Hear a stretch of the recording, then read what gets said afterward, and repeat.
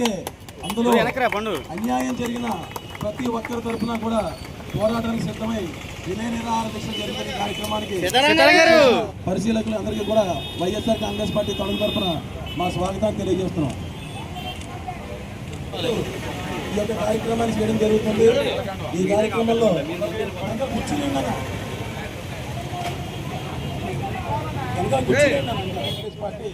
నిరుద్యోగ యువతకి ఎవరైతే నిరుద్యోగుల వారికి నిరుద్యోగ వృత్తి ఇవ్వాలని ఇలా అనేక రకాలైనటువంటి మోసపూరిత వాగ్దానాలతో అధికారంగా వచ్చినటువంటి జై జగన్, జై జగన్, జై జగన్. సిబిఐ విచారణ, సిబిఐ విచారణ, సిబిఐ విచారణ, సిబిఐ విచారణ. నిరుద్యోగ వృత్తి, నిరుద్యోగ వృత్తి, నిరుద్యోగ వృత్తి. జై జగన్, జై కార్పొరేట్, జై జగన్. చేస్తున్న కూటమి ప్రభుత్వం వెంటనే మెగా డిఎస్సీని చేస్తున్న కూటమి ప్రభుత్వం వెంటనే విద్యార్థులకు ఈకలైస్ వెంటనే విద్యాశాఖ మంత్రి లోకేష్ వెంటనే మెగా డిఎస్సీని చేస్తున్న కూటమి. ప్రతి గ్రామంలో, ప్రతి ఊళ్ళో, ప్రతి నియోజకవర్గంలో కూడా అన్ని పార్టీలతో కలిసి స్వచ్ఛంద సేవా సంస్థలతో కలిసి ప్రజలతో కలిసి జై జగన్, జై జగన్. మెగా డిఎస్సీని చేస్తున్న కూటమి ప్రభుత్వం వెంటనే మెగా డిఎస్సీని. అక్రమాలపై రిలే నిరాహార దీక్షల్ని ప్రారంభించడం జరిగింది.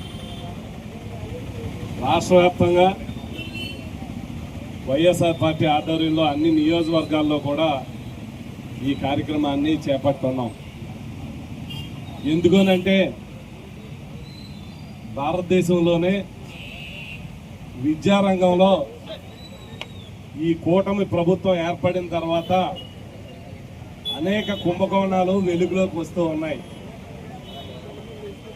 భారతదేశ వ్యాప్తంగా నీట్ కుంభకోణం జరిగితే మన ఆంధ్రప్రదేశ్ రాష్ట్రంలో డిఎస్సి కుంభకోణం జరిగింది.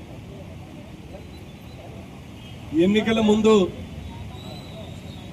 సూపర్ 6లో ప్రధానమైనటువంటి హామీ నిరుద్యోగులందరికీ కూడా సంవత్సరానికి 4 లక్షల చొప్పున 5 సంవత్సరాల్లో 20 లక్షల ఉద్యోగాలు ఇస్తాము.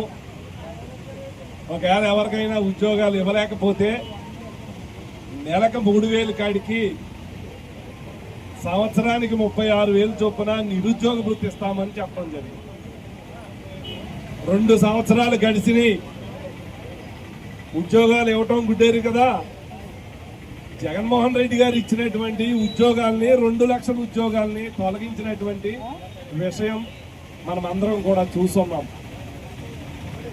ఎన్నికల ముందు డిఎస్సి పోస్టులు తీస్తామని చెప్పారు. మొన్న 16,000 పోస్టులకి నోటిఫికేషన్ ఇచ్చి ఎంతో అట్టహాసంగా నిరుద్యోగులందరికీ ఉద్యోగాలు ఇస్తామని చెప్పారు. కానీ తీరా చూస్తే అతిపెద్ద కుంభకోణం. గైడ్ లైన్స్ లేవు, రాత పరీక్షలు లేవు.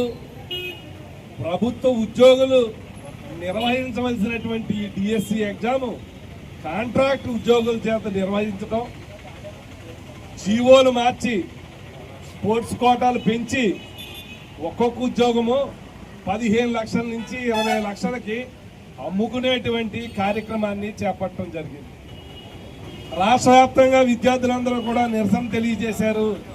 ఇదని సరైనటువంటి నిర్ణయం కాదు, అవకతవకలు జరిగినాయి, మెరిట్ విద్యార్థులకి ఈ ఉద్యోగాలు రావటం లేదు, కోరటం జరిగింది.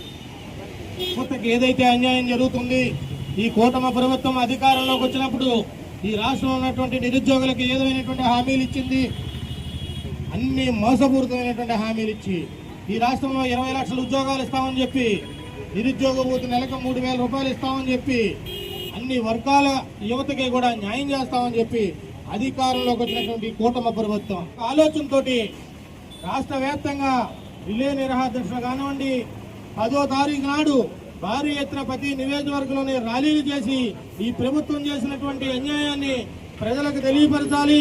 యువతకి న్యాయం జరిగే వరకు కూడా మనం పోరాడాలని అందులో భాగంగా ఈరోజు తణుకు నియోజకవర్గంలో ఇక్కడ పేదరి యువత ఎంతో ఆశపడ్డారు. ఈ కూటమి ప్రభుత్వం అధికారంలోకి వస్తుంది, 20 లక్షల ఉద్యోగాలు వస్తాయి, మనందరికీ న్యాయం జరుగుతుంది అనుకుంటే ఇక్కడ అయోమైనటువంటి పరిస్థితి, ఏదైనటువంటి దారి లేనటువంటి పరిస్థితి.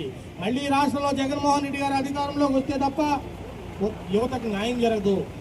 ఏదైనా యువతకు న్యాయం చేయాలన్నా, లక్షల ఉద్యోగాలు తీయాలన్నా, అన్ని రకాల ఉద్యోగాలు తీయాలంటే జగన్మోహన్ రెడ్డి గారితో సాధ్యం తప్ప ఈ కూటమి ప్రభుత్వంలో సాధ్యం కాదు. ఈ లోకేష్ మేరకు ఇవాళ ఈ విజయ నిహార దీక్షలో మనం రాష్ట్రమంతా జరుపుకుంటున్నాం. ఏదైతే డిఎస్సీ మీద నాగా డిఎస్సీ మీద ఏదైతే వీళ్ళు కుట్రలు పన్నారో వీటి మీద తిప్పి మళ్ళీ ఆయన లోకేష్ వెంటనే రాజీనామా చేయాలని చెప్పి కోరుతూ ఇదే నిహార దీక్షలు ప్రతి నాయకులకి అండగా మేము నిలబడతామని చెప్పి కోరుకుంటూ సెలవు తీసుకుంటాం. ఇచ్చినటువంటి